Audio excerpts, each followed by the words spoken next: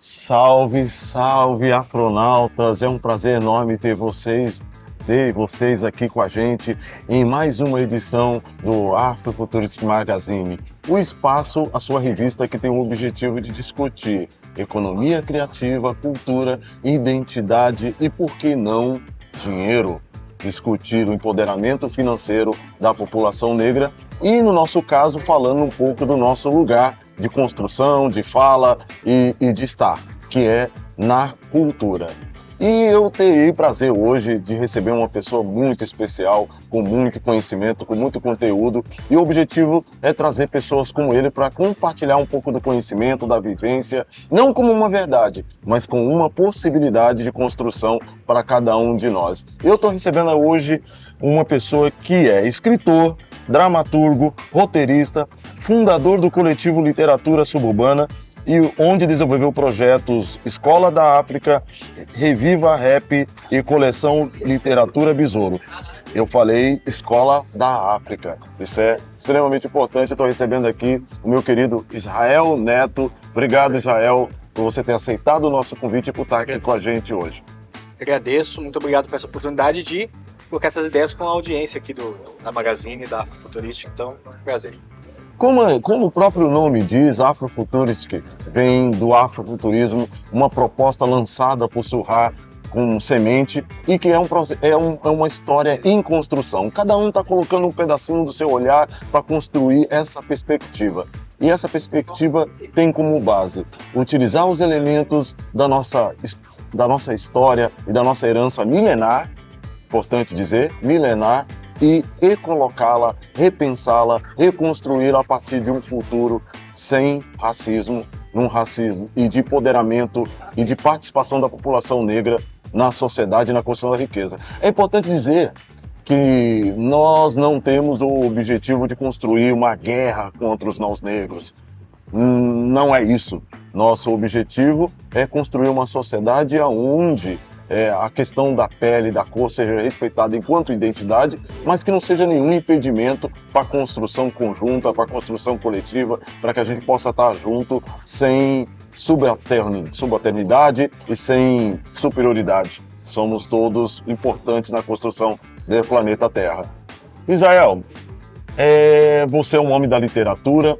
A literatura é parte do que a gente chama de indústria e economia criativa, que é importante saber que a economia criativa hoje no Brasil detém 3% do PIB. É muito maior do que outras áreas de indústria. 3% do PIB é altamente significante. E pensar isso, eu queria que você falasse um pouco. Como é que você vê hoje a indústria da literatura no Brasil e como é que os artistas, os escritores, os literatos negros se inserem nessa indústria? Perfeito. Realmente é uma indústria, mas nós ainda, enquanto literatos negros, não fazemos parte dela, né?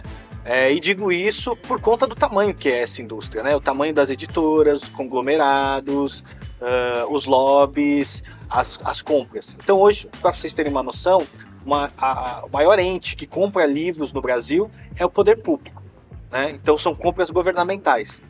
Porém, existe um sistema para você participar dessas licitações e vendas públicas, que muitas das vezes editoras pretas e editoras pequenas não conseguem participar. Ou quando conseguem participar com um título e 2 títulos.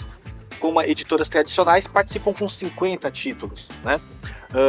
Atrelado a isso, nós pensamos na cadeia produtiva também do livro. Então, o autor, a editora, as gráficas e a distribuidora.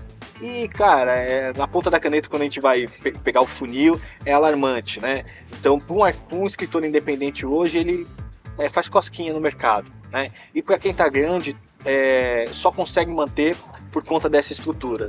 Então, empresas hoje que cobram 55%, por exemplo, de um livro para distribuir, né? Seja o marketplace ou mesmo nessas compras governamentais. O que para empreendimentos menores, como a editora do que eu faço parte, inviabiliza a nossa operação, né?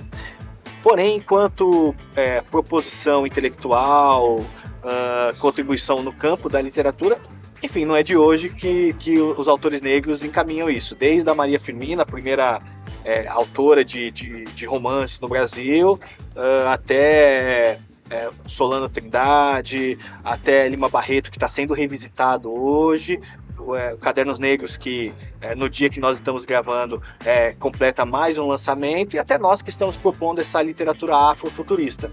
Porém, ainda furar a bolha e acessar esse mainstream das distribuidoras e de quem comanda o mercado é um grande desafio. Enquanto indivíduos, temos ali 3, 4 que estão em grandes editores que conseguem distribuir.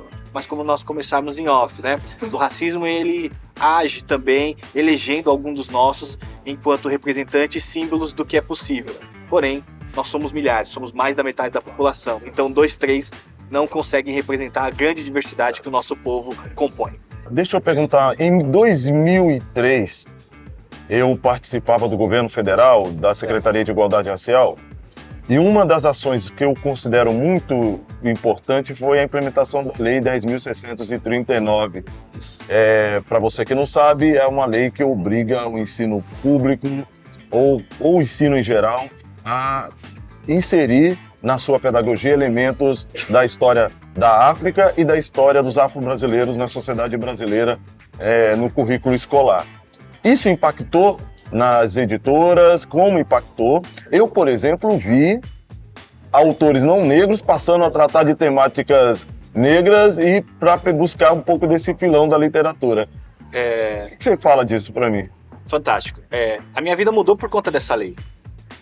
Porque eu venho do hip hop, onde me formou enquanto um homem preto, enquanto ser humano, enquanto uma pessoa que poderia interagir na sociedade que vive. E aí, em 2005, eu conheço a lei, né? E eu falei, caramba, era isso aí. Tudo que eu aprendi, hoje a galera tá lendo W.B. Du Bois, Frantz Fanon, nós líamos enquanto matéria obrigatória do hip hop.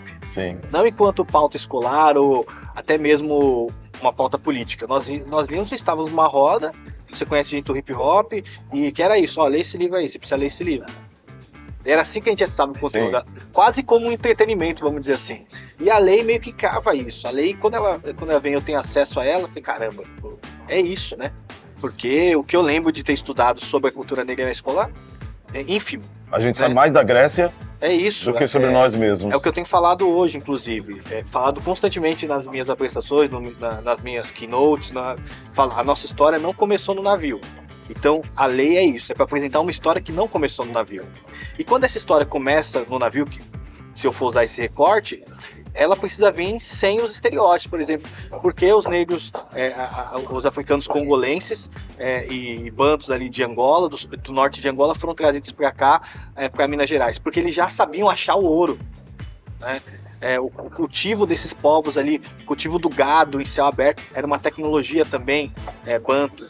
Os iorubás e o domínio do ferro. Então há uma inteligência que foi trazida para cá, não é à toa. A questão física do corpo, do fenótipo, é algo ali que inclusive reforça o racismo. Enfim, estou dizendo isso para falar do impacto que essa lei teve na minha vida. E obviamente mexeu no mercado, porque se criou uma demanda. Sim. E infelizmente essa demanda é isso que você falou. Há clássicos usados como matéria, vou usar esse livro para poder tratar desse tema, que são livros racistas. Existe um livro, que obviamente eu não vou falar o nome aqui, que ele traz um animal como um personagem, e esse animal se apaixona por uma moça, por uma pretinha. E fica um lance quase hipersexualizado. Esse animal faz até blackface. Esse livro virou um clássico da literatura. Aí você sabe quem é, você sabe qual livro é. Escrito por uma autora branca do Sul, né? Então, infelizmente, é o mercado, e o mercado se utilizou dessa lacuna, dessa nova demanda, para poder interagir. Então, são poucos literários. Hoje, se eu dizer para você, tem a Sônia, que faz livros infantis que estão na grande distribuição, a Cidinha em um momento ou outro, né? Então, são nomes assim da literatura infantil que tem um pouco mais de lastro na educação básica, que estão ali nesses grandes planos. E é impactante. Você me deu a honra de apresentar o projeto aí, o Coleção Besouro, E nós começamos a estudar literatura infantil para esse projeto, e quando nós víamos livros identitários, étnico-raciais, o autor geralmente era uma pessoa branca, ou quando era uma pessoa negra, era uma pessoa negra um pouco mais velha. Então a galera da minha idade não estava escrevendo para a infância. Então são outras demandas. Infelizmente a gente ainda não conseguiu entrar com a nossa potência nesse mercado. Se você for ver as editoras pretas que conseguem publicar e distribuir nesses grandes, talvez nós tenhamos a Nandiala, se eu não me engano é lá de BH, sim, que consegue ainda distribuir alguns livros para implementar essa pauta nas escolas. É um desafio.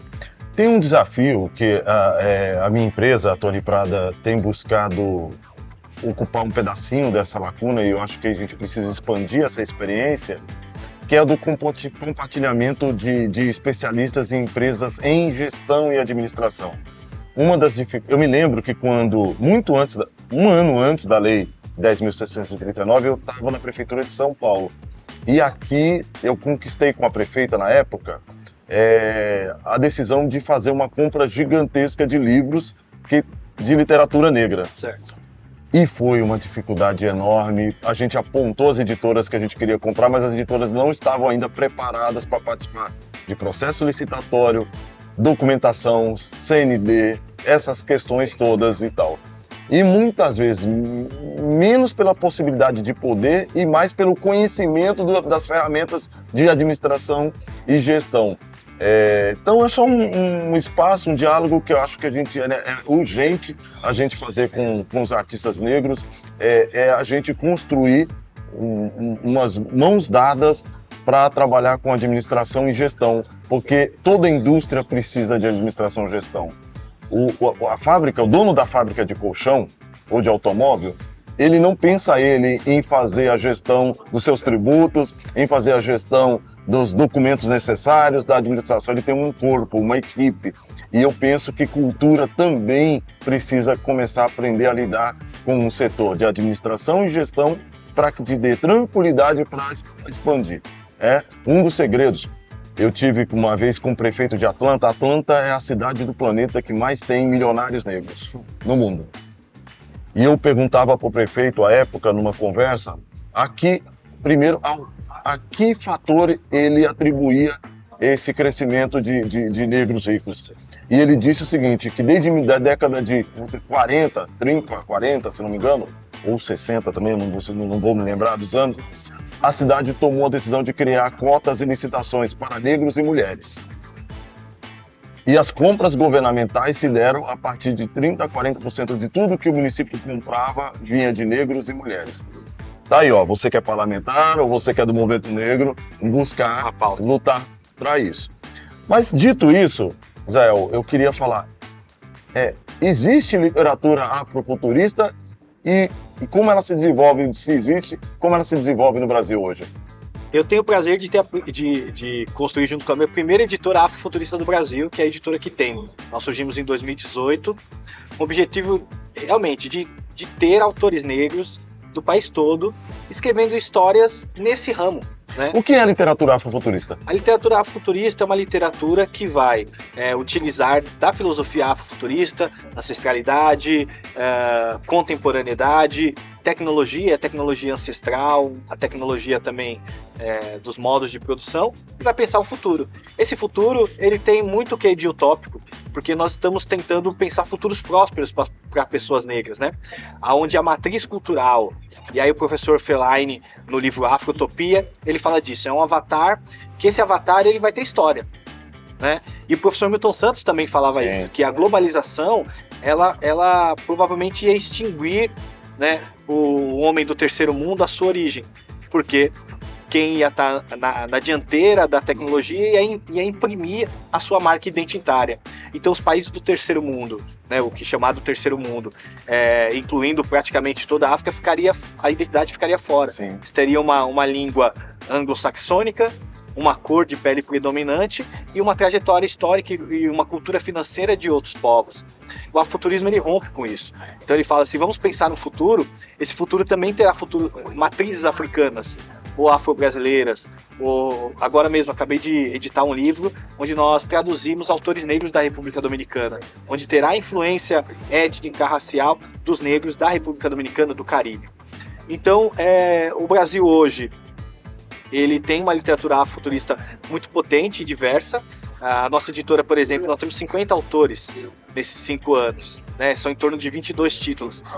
E tem gente do Amapá produzindo afrofuturismo, do Rio Grande do Sul produzindo afrofuturismo, da Paraíba, do Piauí, da Bahia, Rio Grande do Sul, Minas Gerais, Brasília. Então não é um movimento negro sudestino, né? É um movimento negro nacional, até porque as nossas africanidades estão espalhadas pelo país, né? Então a comunidade negra mineira, muito influenciada pelos Minas, pelos Cabindas, é diferente da comunidade negra baiana, influenciada pelos Jejes, pelos Nagôs, sabe? Pelos Haussás. Então, o afrofuturismo também tem que imprimir essa diversidade de sotaque, né? E também de origem. E, na literatura, nós utilizamos esses subgêneros da ficção científica. Se eu perguntar até mesmo para você ou para a nossa audiência, quantos autores negros de horror, de suspense você leu? Quantos autores negros de ficção científica você conhece? Cite 5 autores negros de quadrinho fora o Marcelo Dessalete. Quais os outros 4? Então, é como se nós não tivéssemos nesse mercado, né?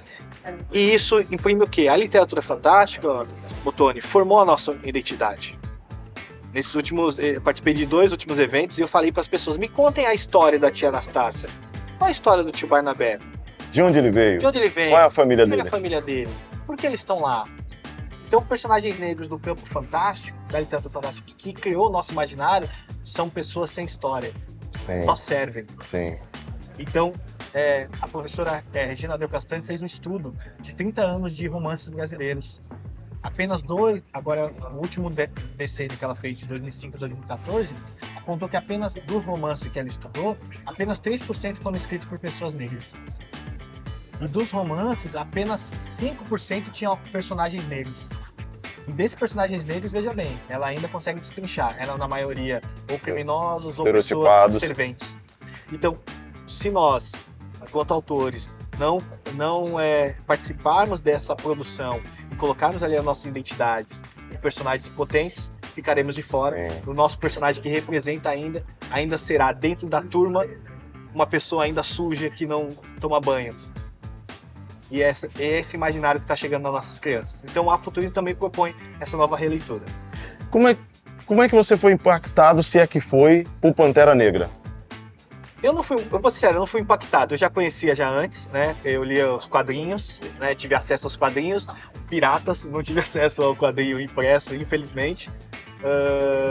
Mas assim, cara, foi muito legal porque ele foi um despertador. Então, eu conheço o afrofuturismo hoje, nessa potência, por conta do Pantera Negra. Sim. Né?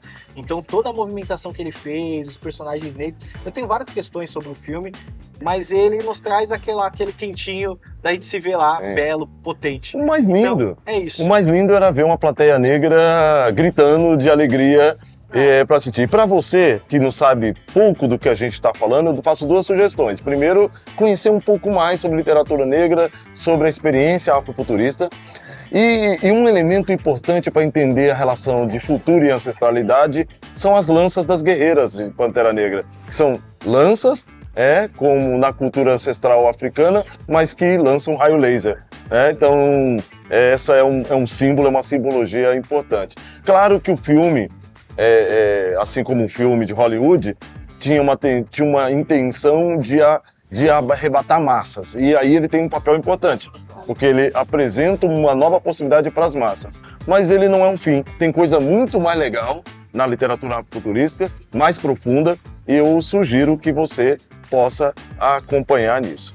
Muito interessante a gente falar, você nos provocar com esse nosso desconhecimento geral da população, e muitas vezes até de professores, de militantes do movimento negro, que desconhecem ainda os autores negros e os autores afrofuturistas. Eu queria que você falasse um pouco primeiro sobre essa questão da literatura negra e desse dicas para a nossa audiência de autores que são de hoje essenciais. Legal.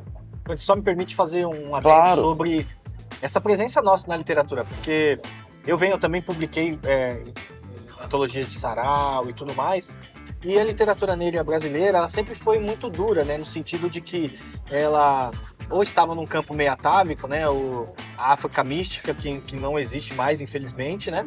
Ou ficava numa análise de conjuntura, debatendo o racismo, a desigualdade, e que muitas das vezes a gente não pensava o futuro. Então, assim, eu sempre digo, eu em 2021 publiquei uma Space Opera, um livro de ficção científica que passa no espaço, com personagens negros. Imagina eu, no início dos anos 2000, apresentando isso num evento literário. O pessoal fala, pô, nossa galera tá morrendo aqui, você tá escrevendo sobre o espaço? Ouvi muito isso. Sabe? Então, é um pouco complicado. Então, hoje a gente tem a possibilidade de disputar esse imaginário, de conversar em outro espaço-tempo. Acho que essa é uma grande charada do afrofuturismo. Então, citando algumas pessoas que, infelizmente, a nossa comunidade é pequenininha ainda hoje, mas vai crescer para eu poder falar de pessoas que eu não conheço, então vou falar de pessoas que eu tenho o prazer de conhecer. Então, nós temos, já participou do seu programa, Sim. o Fábio Cabral, né? Foi o primeiro autor a escrever afrofuturismo no Brasil. Maravilhoso, um abraço pro Fábio. Nós temos a Luan Zala, que é a primeira mulher a publicar afrofuturismo no Brasil. Eu tive o prazer de reeditar os livros dela o ano passado. A Kinaya, do Ceará, a segunda mulher a publicar afrofuturismo no Brasil. Né? Vou citar meu amigo Carlos Gritti, que está trabalhando com um quadrinho fantástico, acabou de publicar o livro Máscaras do Poder, onde máscaras africanas são espalhadas pelo mundo e os jovens têm a missão de resgatá-las, porque cada máscara tem um poder, né? Uma obra assim que vai disputar o lúdico assim, de uma forma fantástica, né? E cito o Henrique André, que publicou uma trilogia chamada Alagbar, o Sonho, Sigidi, o Caminho e Imuná. Então são autores que estão, eu citei esses 5 porque cada um traz uma característica diferente. O Fábio trazendo elementos da cultura dos orixás para o trabalho dele, a Luan Zala, que vai trabalhar um futuro pensando nas mudanças climáticas, a Kinaya, uma distopia pensando o trabalho no futuro, o Carlos, o Gritti, nesse perfil que eu falei, e o Henrique André trabalhando essa disputa do sonho, né? Uma coisa um pouco mais fantástica, para a gente poder ver que a literatura futurista é diversa.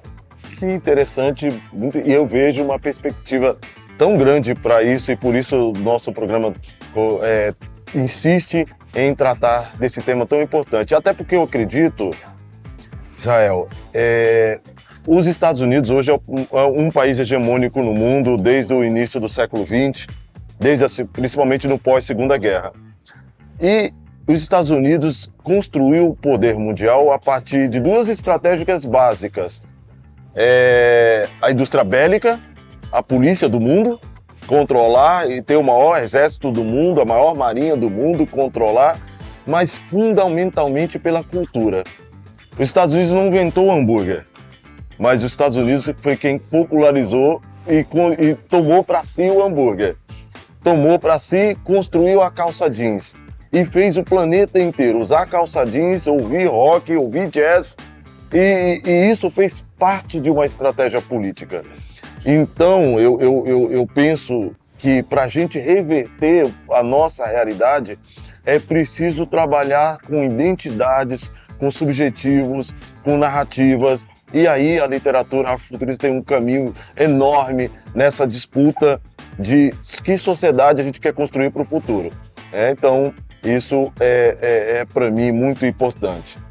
Você, além de artista, faz uma coisa que eu gosto muito de ver. Eu, aos 20 anos, eu já estava ligado à cultura, já trabalhava na Secretaria Municipal de Cultura, fazia teatro, e uma coisa que me incomodava de maneira muito grande é a ausência de nós mesmos fazendo gestão das nossas coisas.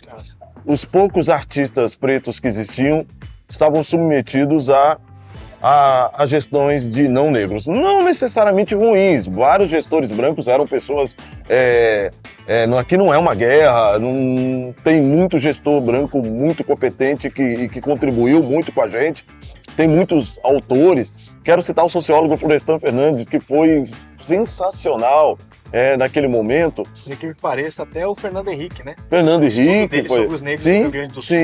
Sim. Então, assim, a história é repleta de pessoas aliadas. É importante você citar o Fernando Henrique, porque aliada dessa questão racial não necessariamente são pessoas de esquerda ou de direitas. Então, é preciso rever a história com um olhar mais crítico e mais real do que de fato constrói a nossa história. Mas um fato concreto, novo, é que nós passamos, eu fui fazer administração porque eu falei, tem uma tecnologia aí que a gente está fora, que é gerir as nossas coisas. E você agora, você construiu uma editora e está fazendo gestão. Sim. Como é que é um artista trabalhar com esse modelo de gestão, construir uma editora num país onde só megas editoras ocupam, sei lá, 90% do mercado? 90 você está sendo muito generoso, né? Cara, é um baita desafio e enquanto artista, você tem que nivelar, né? Por um lado, você tem uma criatividade muito em voga de fazer as coisas, mas é importante racionar os números, os dados, né? A relação. Sim. Então, é um aprendizado diário, Tony, de mesclar essas duas coisas. Então, como que a minha habilidade enquanto artista, enquanto de relação, enquanto leitura do outro? Porque o artista tem esse poder de ler o outro. Então, por que os artistas ganham destaque? Porque, de alguma forma, eu consigo me conectar com você e você me dá atenção. Então, isso também é usado no negócio. Então, eu sei falar algo que você vai prender sua atenção. Então, posso usar isso também no negócio, quando eu captar algum parceiro, quando eu for apresentar um pitch, quando eu for fazer as coisas, né? E, obviamente, tem a parte operacional, que aí a gente precisa aprender mesmo. Isso desde caixa, DRE, balanço, a questão de gestão mesmo. Então, tem sido um aprendizado muito gostoso nesses anos. A gente tem tido alguns êxitos a nível de manter ali. Estamos naquele ponto ali crítico, não no sentido de que a gente está em dificuldade, mas no sentido crítico mesmo. Que as empresas pequenas, depois que é a crise dos 5 anos, né? Sim. Do 5 e do 7. Então, a gente está nessa fase aí e estamos preparados para passá-la. Então, é muito complicado porque tem uma questão de cultura também, né? Muitos negócios negros são vistos também só como negócios sociais, né? Ou são vistos também como negócios que precisam de constante apoio para poderem se manter, ou negócios amadores. Sim. Então, quando você vai conversar tete a tete, você fala não, né? Tem lugar que a gente fala, não quero estar aí, não quero mais isso. São essas coisas que a gente vai rompendo, inclusive até com os nossos, porque muitas das vezes, infelizmente, muitas pessoas não estão acostumadas a ver a gente como chefe. É verdade. Então você falar... Inclusive os nossos. Da gente que eu tô falando mesmo. Sim. Eu virar pro Tony e falar, Tony, seu trabalho está ruim. E você se assustar. Sim. Porque essa relação a gente não construiu. É verdade. Não tem nada a ver com a minha identidade. Inclusive eu estou te falando isso porque eu quero que você cresça comigo. Sim. Seu trabalho está ruim. Então nós estamos ainda aprendendo a criar essa relação entre a gente. Então é um constante aprendizado. Mas a gente tem tido algum êxito no sentido até mesmo midiático, de conversar, de estar em alguns veículos de circulação nacional falando sobre isso, né? Mas é isso, eu quero que mais pessoas estejam, porque senão realmente é a gente sendo o escolhido da vez para representar um monte de gente. Então tem outras editoras pretas e eu quero ter a oportunidade de falar delas aqui. Então, por exemplo, a editora Nancy, a editora Nua do Rio de Janeiro, são empreendimentos pretos que também estão tentando ali achar um jeito de poder se manter no mercado. Israel, a gente apresentou aqui um cardápio muito legal de editoras de que estão trabalhando, construindo esse projeto editorial, mas eu quero que você fale um pouquinho mais de perspectivas. Por exemplo, nós temos uma ministra negra, artista negra, muito respeitada no mundo, no Ministério da Cultura. E eu acho que tem uma perspectiva muito grande. Que sugestão você daria para os nossos governantes, para os nossos secretários de cultura, de possibilidades de apoio para as editoras negras no Brasil? Perfeito.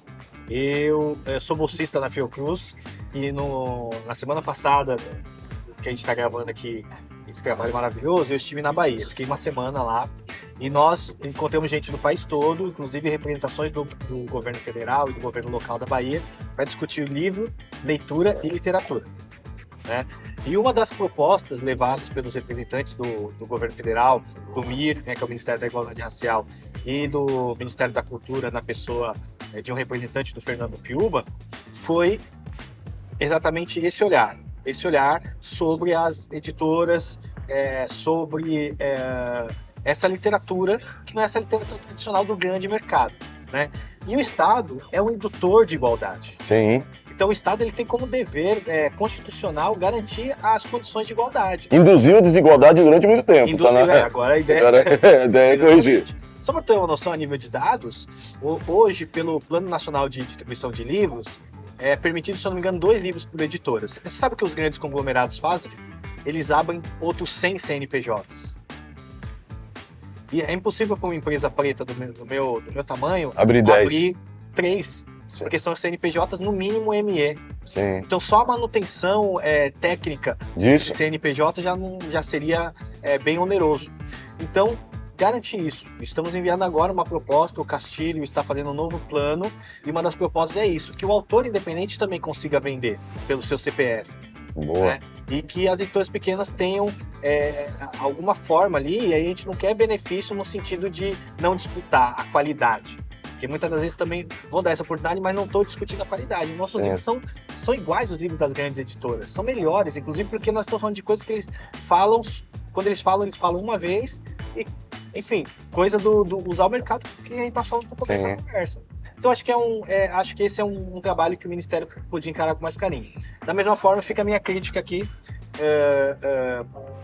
a esse cuidado. Nós precisamos ter um cuidado melhor na comunicação, né?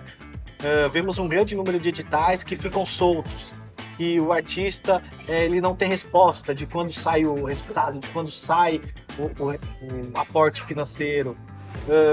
E nós estamos num governo parceiro, então esse diálogo precisa ser um pouco mais célere, mais verdadeiro, um pouco mais humanizado. Então acho que fica esse alerta para que a gente possa melhorar a nossa comunicação com esse governo que nós enxergamos como um governo parceiro nesse momento. Sensacional, Israel, mas eu queria complementar o que o Israel está falando, para pedir para os meus colegas gestores. Eu passei 30 anos na gestão pública. E eu acho que a gente tem, no mundo da cultura, a gente tem um preconceito com... Eu vou usar essa palavra que eu não gosto, mas que ela é mais compreensível para todo mundo. Há um preconceito com o empreendedor. O artista é certamente a essência da produção cultural. Mas tem um intermediário importante, que é aquele que pega o dinheiro da sua vida e vai construir uma editora para dar suporte para esses artistas, ou que vai construir uma pequena empresa de audiovisual, ou que vai construir um escritório de gestão de música. Esses empreendimentos precisam crescer, precisam se fortalecer. Então, seria muito importante que o Ministério da Cultura desenvolvesse prêmios, por exemplo, para editoras. A Audi Blanc vem aí, uma possibilidade de você criar premiações para projetos de editora. É importante que o Ministério da Cultura pense novas formas de financiamento via BNDES para a indústria criativa como um todo, mas em especial para negros e indígenas, que é a base da pirâmide no Brasil. Então eu acho que isso seria importante. Eu não estou dizendo que é fácil, porque eu sei que toda discussão jurídica, eu já fui gestor, eu sei qual é o problema. Mas se a gente tivesse esmorecido no primeiro problema, a gente não teria cotas no Brasil para igualdade para negros e indígenas, a gente não teria políticas de diversidade. Então é preciso enfrentar as dificuldades. Tony, até de maneira prática, né, essa interseccionalidade dos ministérios, né? Então hoje, por exemplo, se eu tenho um livro selecionado para uma distribuição nacional, eu preciso colocar um aporte para imprimir esses livros. E muitas das vezes nós não temos esse aporte. Sabe quem faz o financiamento desse aporte? As gráficas. As gráficas, elas viram e falam, você pegou a grana, fica tranquilo. Eu vou rodar, quando você receber, você me paga. A gráfica. Sim. Porque ela sabe que é um dinheiro garantido. Sim. E se o BNDES abrisse uma linha para editoras pequenas que...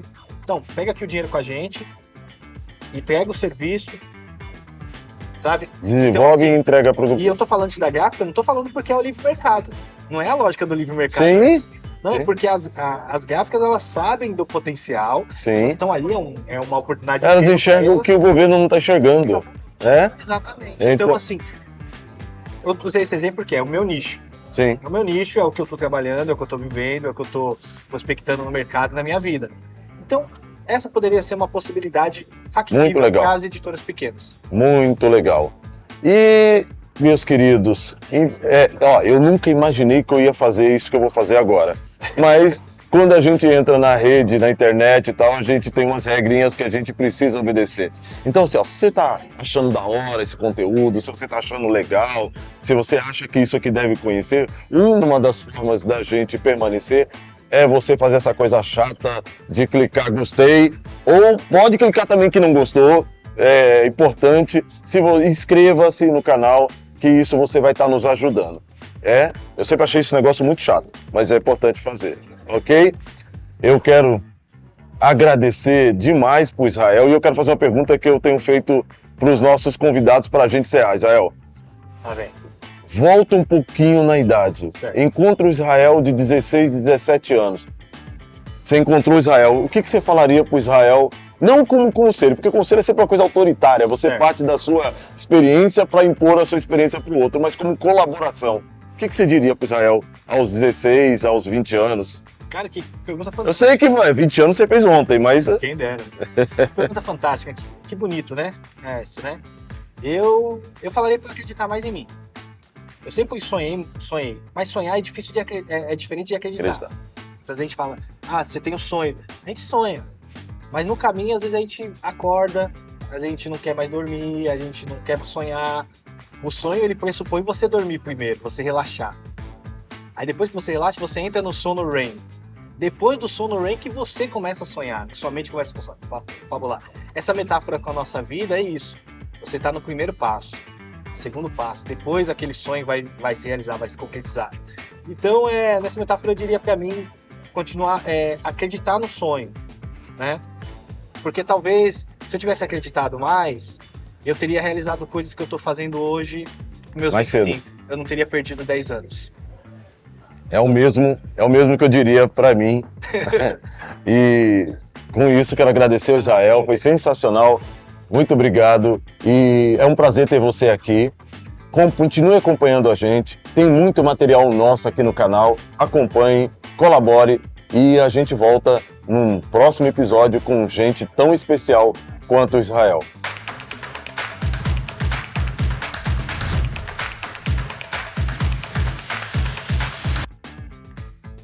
Salve, salve, astronautas! Sejam bem-vindos a mais uma edição do seu Afrofuturistic Magazine, a sua revista eletrônica com conteúdo de cultura, economia criativa, diversidade, identidade e empoderamento financeiro da população negra. E eu quero já começar fazendo um pedido, dá um like, ajuda a gente a tornar esse conteúdo mais relevante para o YouTube.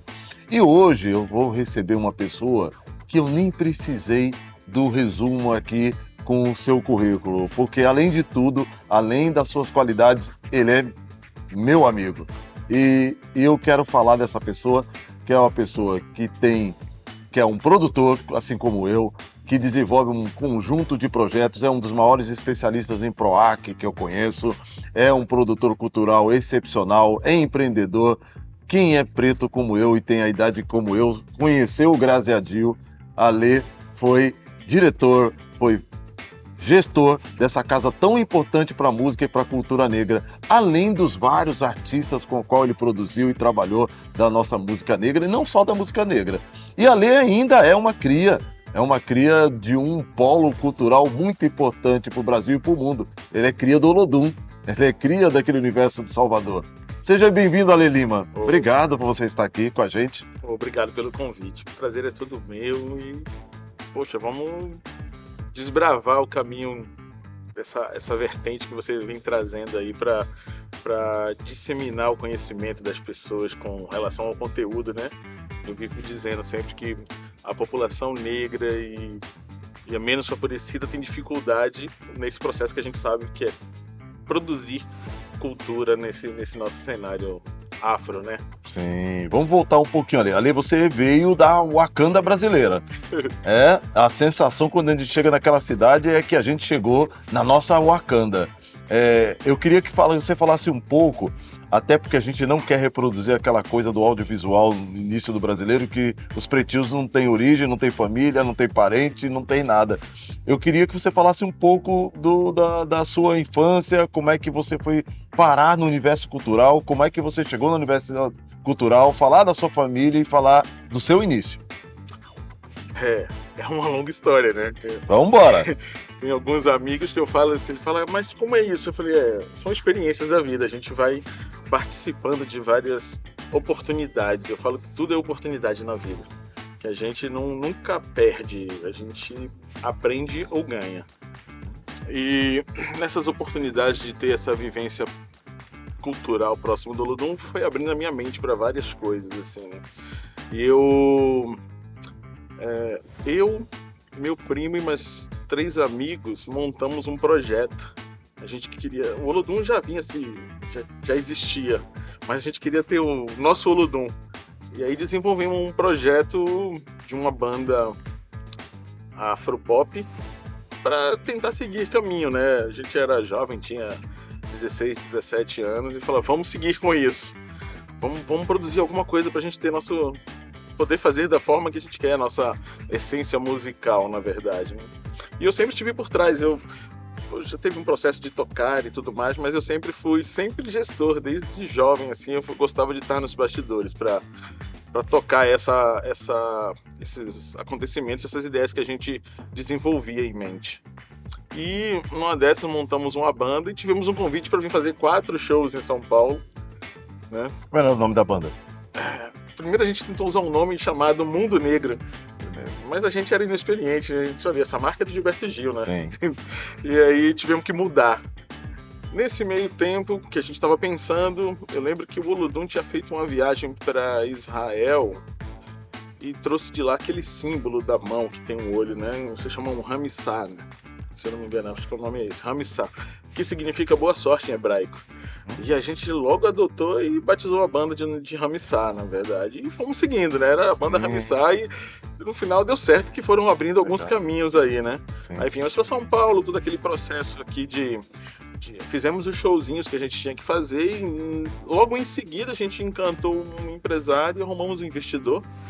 E ele foi mantendo a gente aqui até um segundo momento da banda se desfazer, que é um processo de... A gente era imaturo, não tinha ninguém para acompanhar os nossos processos de faz assim, faz assado. E foi uma experiência saudável, posso te dizer assim, que foi para a idade que a gente tinha e se manter longe de casa, longe dos amigos, dos pais, da família.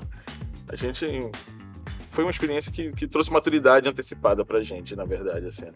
Eu lembro que se eu falasse assim, você vai ficar um tempo em São Paulo longe da sua mãe, vai morar longe. Eu falava, obrigado a oportunidade, mas eu não vou não. E foi experimentando o que a vida... Legal. E você, na família João Jorge, você com o Jorginho, filho do João Jorge, sempre beberam daquele caldo. E para mim, o Olodum é uma experiência muito interessante, porque nos anos 80 eu vi a banda surgir com repercussão nacional, e o que me chamava a atenção que era uma primeira, talvez a primeira que eu tive contato, experiência de gestão cultural negra. Eu já trabalhava com cultura, mas eu lidava com vários artistas negros, mas a maioria desses artistas estavam abrigados numa empresa de gestão não negra, né?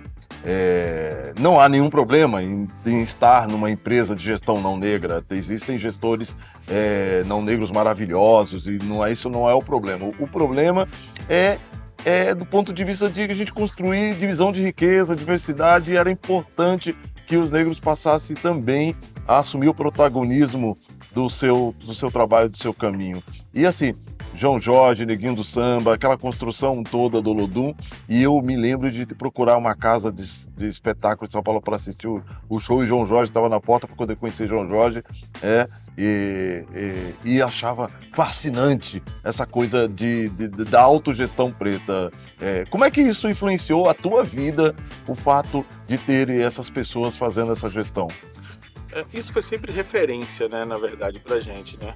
E essa coisa do negro gerindo um projeto negro, a gente tem que valorizar e prestar atenção nesse detalhe, né?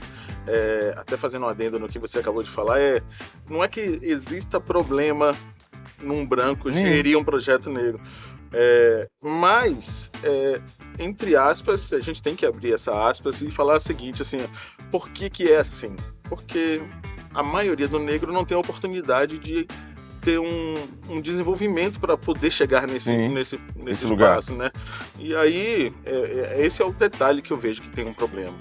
E voltando a falar disso, essa referência pra gente é algo assim, beber dessa fonte, de entender isso, né, de se tornar uma referência internacional, né, a maior banda percussiva do planeta, gente.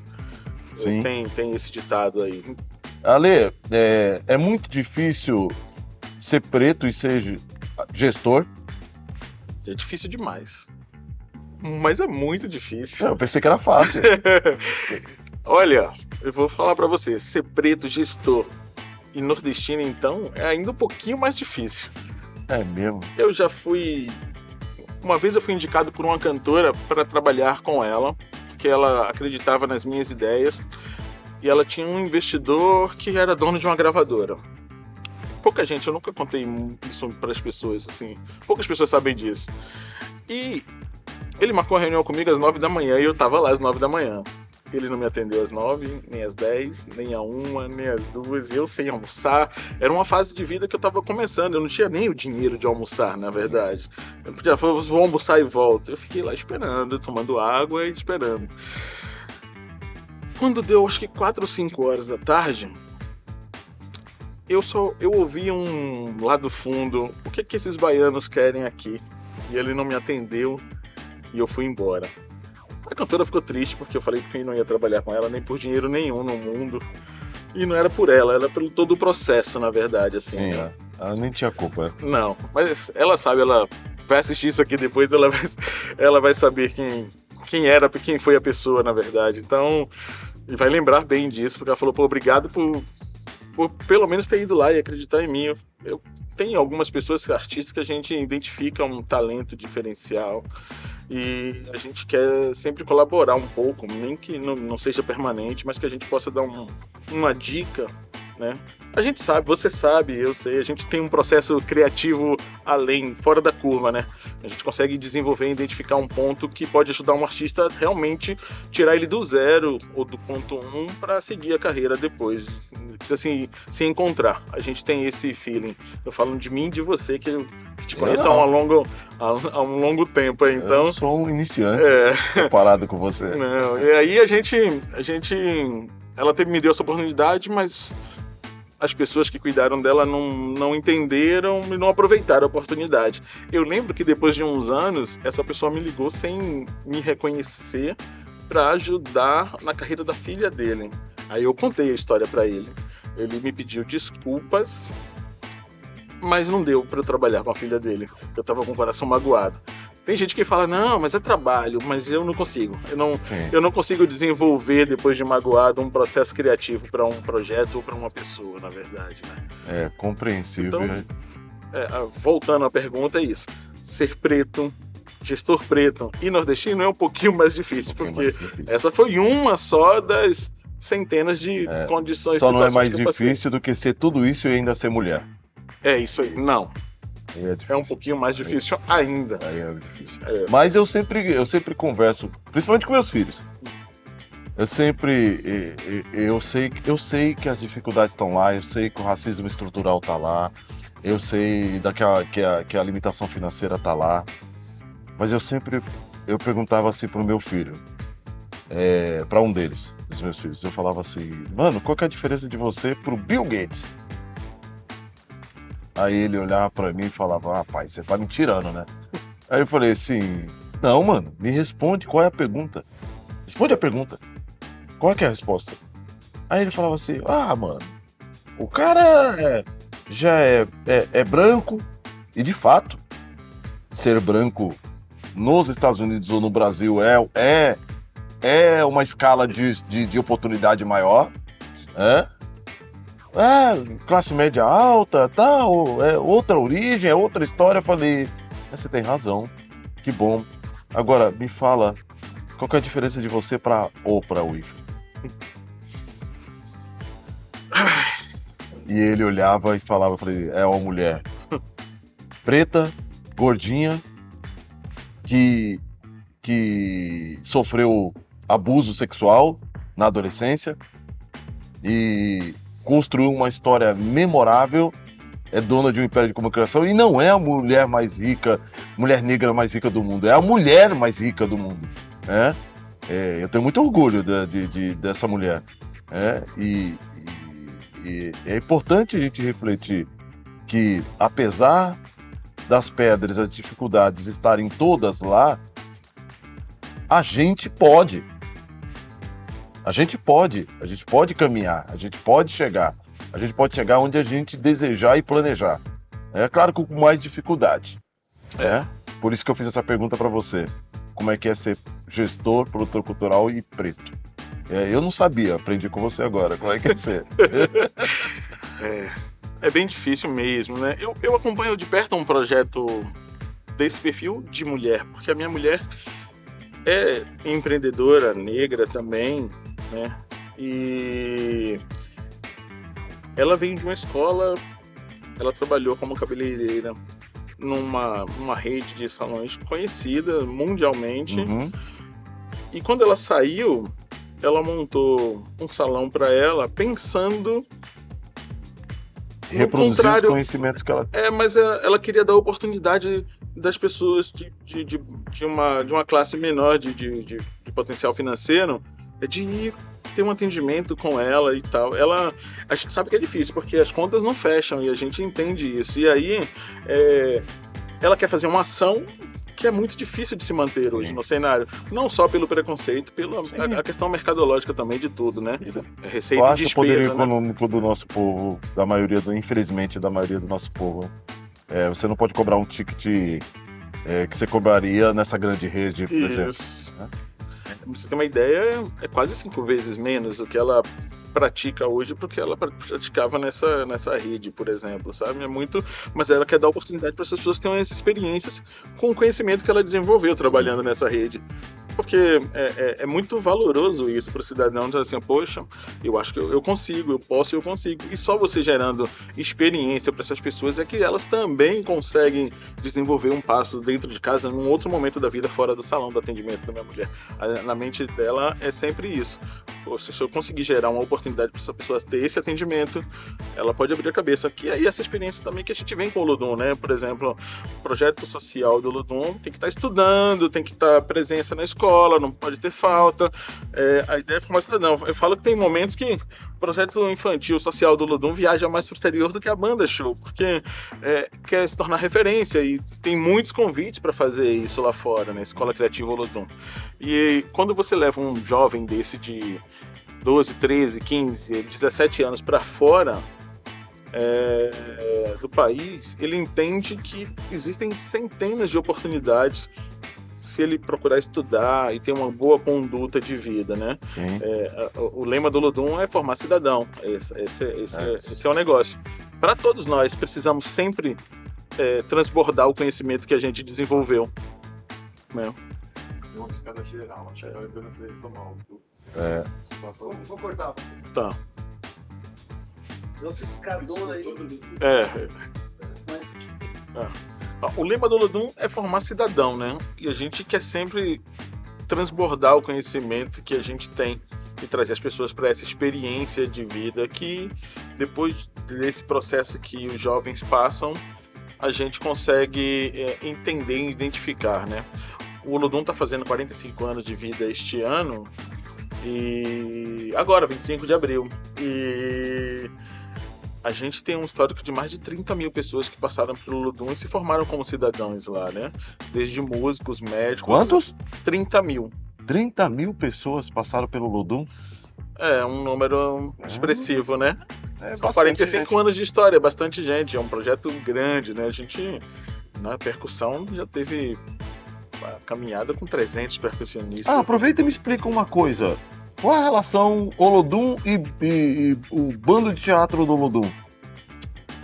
Essa é uma história engraçada. Eu tenho certeza que você já respondeu, já te perguntaram isso centenas de vezes.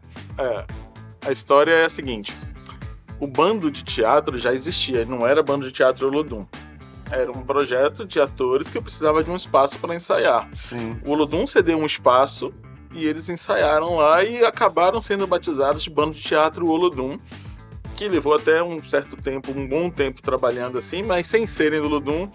E, se eu não me engano agora, eu acho que sim, agora tem uma fusão realmente do bando de teatro Olodum com o Olodum, na verdade. Mas é um projeto que nasceu lá com Luiz Miranda, Wagner Moura, Lázaro Ramos, essa galera toda que passou por lá, assim, e muitos outros atores baianos também que passaram por lá, muito bons, e tiveram esse espaço cedido e criaram, desenvolveram esse formato. É legal porque acho que ajudou a dar um impulsionamento ao projeto, né? Que a gente sabe que nada na cultura é fácil. E se o Olodum pôde colaborar de alguma forma, foi dessa e foi bom para todo mundo. Conhecemos esses atores que passaram por lá, né? Poxa vida, e como o Olodum tem uma estética desde os anos 80 afrofuturista, não só o Olodum, os outros blocos de Salvador, o próprio Ilê, a Timbalada, né, que também, e o Olodum acabou inspirando os que vieram depois, e uma associação cultural irmã do Ilê aí, né, eles são muito... houve momentos até que se contava uma certa rivalidade no Olodum e Ilê, e eu que conheço os dois, Vovô e João Jorge, os dois são irmãos, são grandes amigos e são patriarcas da cultura afro-percussiva de Salvador. São dois maravilhosos. Mas vamos falar de música, vamos ouvir um pouco de música. A gente volta aqui com nossos parceiros de cultura, música tradicional afro-brasileira, na figura do Umojá e depois a banda Ultrassoul. 1, 2, 3, 4, 5. Ilê. Alê. Não é Ilê, Alê. Alê, deixa eu fazer uma pergunta com a qual eu encerro toda essa nova série e tem a ver não com a palavra conselho, porque conselho, minha avó já dizia que se fosse bom a gente vendia e não dava, mas eu acho que na palavra conselho, muitas vezes, nem sempre, mas muitas vezes tem um aspecto autoritário de eu impor a minha experiência à experiência do outro. Mas não é desse conselho que eu quero falar. O que eu quero falar é do conselho de colaboração, de contar um pouco do seu conhecimento e que o outro possa trilhar esse conhecimento a partir da sua experiência, mas conduzida pelo caminho que você determinou. E aí a pergunta que eu queria dizer para você, vamos voltar no tempo. O Ilê, o Alê, Tá tudo certo. com 17 anos. A casa, né? O Alê com 17 anos. Voltou no tempo. O que você falaria pro Alezinho, o Ale Lima, com 17 anos de idade, a partir da experiência que você tem hoje? Olha ali, ó. É interessante se você me perguntar isso, porque eu desenvolvi na vida, nessa minha caminhada, um entendimento que, assim, eu não voltaria nenhuma vírgula de tudo que eu passei na minha vida. Né? Essa experiência me trouxe uma maturidade e vem trazendo a cada dia, né? Que a gente aquilo nunca encerra o balaio para o conhecimento é infinito, parece que ele não tem fundo. Então, quanto mais a gente coloca, mais é interessante. Se fosse fazer isso ao contrário, eu queria ter esse conhecimento hoje e jogar para ali atrás, só para antecipar mais coisas, porque o meu sonho mesmo continua sendo transbordar o conhecimento que eu tenho para outras pessoas. Sempre isso. Então, pro Ale lá de trás, o Ale adolescente de 17, 18 anos, que tinha alguns sonhos que a gente vai tendo maturidade para desenvolver e depois entender que são possíveis, eu gostaria de levar o balaio de conhecimento que eu tenho hoje para o Alezinho lá de trás. Né? E com essas palavras tão fortes, a gente encerra hoje. Eu sei que a gente poderia ficar aqui horas e horas conversando com o Ale, e aliás, a gente tem esse hábito, eu e o Ale, de conversar horas e horas e horas, trocar experiências, mas eu quero agradecer, Ale, por você compartilhar esse conhecimento, a sua vivência conosco aqui hoje, e agradecendo também a você, da nossa audiência, dizer que você é sempre um convidado a compartilhar com a gente, a dar um like, a se inscrever, a conhecer os outros conteúdos do canal Afrofuturistic e esteja sempre com a gente, ok? E a gente volta já com um novo episódio e um novo momento de conhecimento para você. Valeu, Ale. Ah, obrigado. Eu que agradeço.